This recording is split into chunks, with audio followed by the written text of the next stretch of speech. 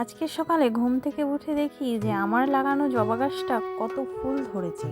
তো দেরি না করে আগে ফুল পাড়তে লেগে গেলাম। তো আজ প্রায় বলতে গেলে প্রচুর ফুলই ফুটেছে। তো বেশি ফুল দিয়ে পুজো দিতে কার না ভালো লাগে।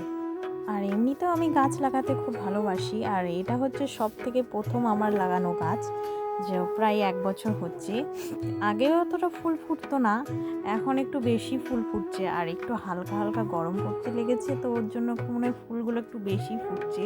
আর ফুলের মধ্যে জবা ফুলটা একটু বেশি ভালো লাগে। আর জবা ফুলটা কার কার ভালো লাগে একটু কমেন্ট করে বলো। আর জবা ফুলের লাল রঙটা বেশি আকর্ষণ করবে মানুষকে। ফুলের থালাটা নিয়ে ফুল পাড়তে একটু অসুবিধাই হচ্ছিল, তো ফুলের থালাটা ধরিয়ে দিলাম আমার বরমশাইকে। একে একে সব ফুলই পাড়া হয়ে গেল প্রায়। তো আরও অন্য অন্য গাছে ফুল ফুটেছে, তো সেগুলি দেখাবো তোমাদেরকে। দাঁড়াও দাঁড়াও, এখনও ফুল পাড়া হয়নি আমার গাছে, এখনও দুটো ফুল রয়ে গেছে। তো আগে সেই ফুল দুটো পেরে নিই, তো তোমাদেরকে দেখাবো। আরও গাছে ফুল আছে, কিছু কিছু ফুল রয়েছে আর কি।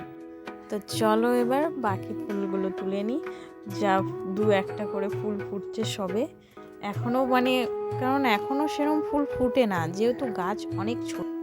আর গাছ লাগাতে আমি ভালোবাসি, যেহেতু আমি এটা প্রথমেই বলেছিলাম। গাছ বলতে আমি শুধু বলতে গেলে ফুলের গাছটাই বেশি ভালোবাসি, আর ফুলের গাছই আমি পছন্দ করি লাগাতে। আমার বাড়িতে অনেকই জবা ফুলের গাছ রয়েছে, ফুল ফুটলে আমি তোমাদেরকে অবশ্যই দেখাবো।